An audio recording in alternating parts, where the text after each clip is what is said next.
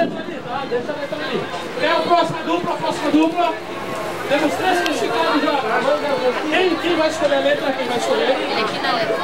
Aí. Não. Tá, tu joga? Sim. Tá, tu joga. Vai lá então, vai lá, vai lá. Vamos lá. Aonde é que tá? Não, tá bem pertinho do D, teu. Aonde é o teu? P. Vamos ver o P. Aí, ganhou aqui a letra D. Ficou classificado. Quem é? Letra S. Vamos ver, vamos ver. Da onde é? Da onde? Atenção, letra S. Aí! Calma, tá. Deixa a letra ali, deixa a letra. Quem é a próxima dupla? Vamos ver a próxima dupla. Quem vai escolher a letra? Quem vai escolher a letra? Tu vai escolher a letra, amiguinho. Então vai lá, amiguinho. Letra D. Tá lá, ó. Do dente.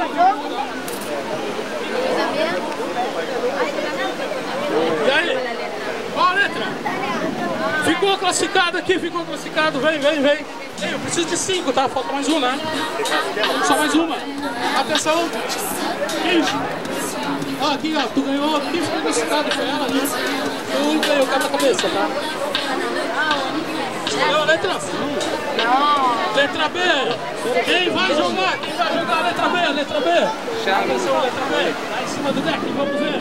Che stava chiamando? Ti stava chiamando? Ti stava chiamando? Fica aqui perto. Ó, deixa eu começar.